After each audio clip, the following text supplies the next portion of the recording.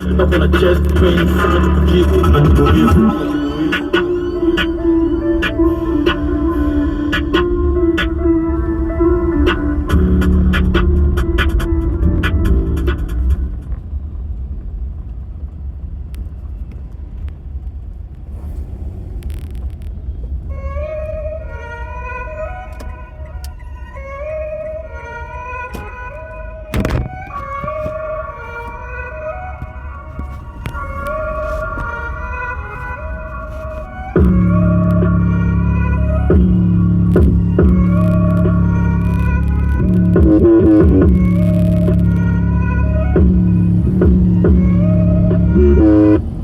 Jege masanzi wa kwende onfinya kende jakseti kwangu ngakeke makenge chanda masenge wa senge sprezo mamende riswa waroro wa uptown na snata prado wabebe nataka pia life ya kiposh etc Westpokot tulienda Luonyangapo tulimsupply machevra mrane ringita machingirizo zote yo Lebi Center saini dosha na liskeroshe RIP Tetra change skill kama Vera hit and run dead beat kakadera woko zabe na unahela weni mwizi mtu wangu faka wera Amange chosen hawana hali ya kwa choo hai kama Patrick Kunga na essence vile anaiban kwa church utiaji that is a big no for sure asapando place there's a cheesy mtajua ni na ndo na run the show nilikich foreign bitch watamu tena mtamu nikamshondani kama akasema anataka Kenya mtamu njoro aligeuka kipofu tulimwekea mchele akatoka pofu zangu na madaka kwa kitofu mtoda kumadana akalash nikofu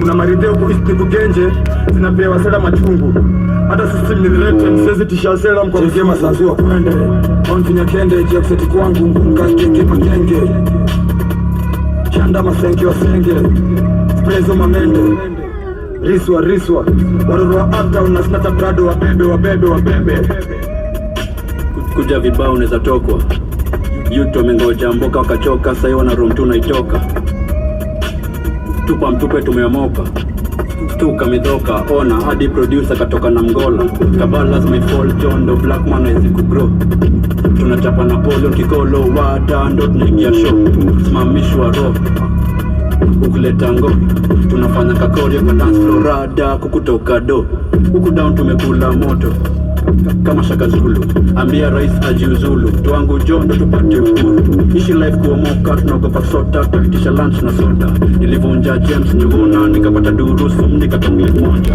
kansa kutenje nasemekana liba kwa menje kulwa kibenje nasikia chali yako mgenge hatutaki usenge sprezo mamende rongrende tukikam through jenge masanzi wa kwende onfinya kende jakseti kwangu ngakeke makenge chanda masenke wa senge sprezo mamende riswa waroro wa uptown na snata prado wabebe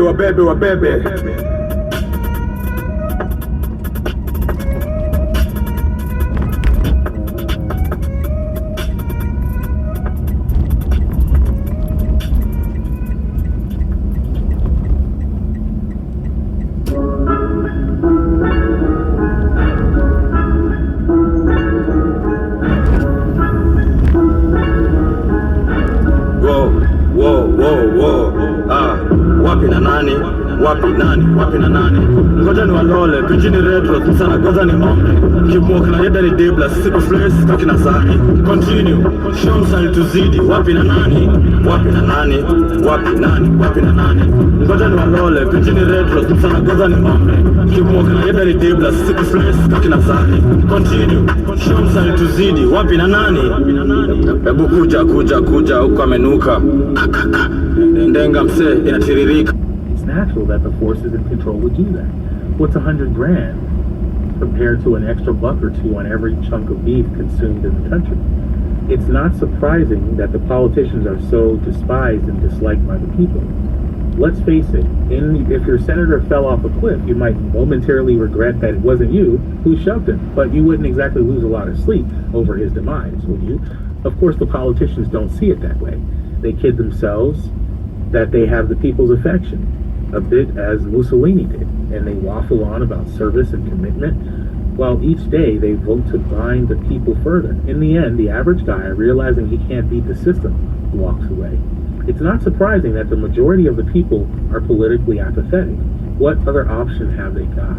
Apathy, after all, is a quality much revered by governments, for a sleeping population doesn't read the small print. TikTok is then cheap to control. Over the years, the powers that be have trussed us up by regulating and taxing our every commercial activity. No one minds contributing a bit to the pot, but over time the system has been inflated to where thousands upon thousands of regulatory agencies exist to take the fruit of our labor and ensure control over the system. You are as free as a bird as long as you don't want to do anything. But if you cross the street and open a pizza parlor, 20 government officials jump into bed with you. Most independent business people in this country are basically working for the government. Half of their week is spent working for nothing to pay what is supposedly owed in tax.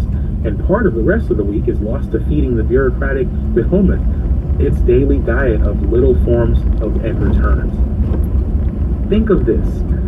All the money in the world really belongs to the governments. It's theirs. They printed it. And even though they may hand it out a little bit for us to play with, they have made damn sure they are going to get it back eventually. What you have is only a loan from them. It can be taken from you at a moment's notice. Most Americans don't remember when Roosevelt passed laws repossessing all their gold. More recently, Mexico had a cheery little fellow called Presidente Madrid running the show, having built himself an endless palaces while his people starved. He then ran a little short, but the intrepid Presidente didn't let cash flow problems spoil his fun. He nationalized all the banks and let the peso collapse, dropping from an exchange rate to 8 to the US dollar to 2,400 to the US dollar. Where it stands today, many hardworking Mexicans lost their life savings overnight. The others, having gotten wind of where Madrid was heading, began shipping their cash out of the country to the tune of billions per week. Naturally, the government newspapers called them chiselers and rats for not wanting to lose everything. Meanwhile, back in the U.S., the Congress was supporting Presidente Madrid like crazy. Our illustrious leaders had added up the difference between 8 pesos and 2,400, and suddenly they had 2,392 good excuses for shipping Madrid millions in our money to keep him on the job.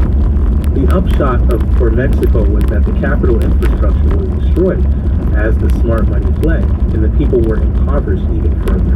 American businesses operating just over the border at places such as Juarez loved it. They could run an entire factory for the cost of one donut a week. The upshot for American people was that illegal immigration from across the Rio Grande skyrocketed. Social services in big cities such as LA came under immense pressure, denying even the tax-paying legal citizen stuff they were entitled to. In addition, the final bill has not been presented. One day the folk in Mexico are going to get sorely pissed off. When that happens, they're going to blame the U.S. with good reason, I'd say, and they'll tear that joint apart.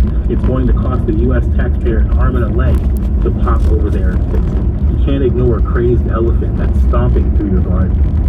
It's no surprise that the average Joe doesn't really believe that the world is abundant, for he has to operate in a system that sucks the lush out of his life and leaves it a bit bare.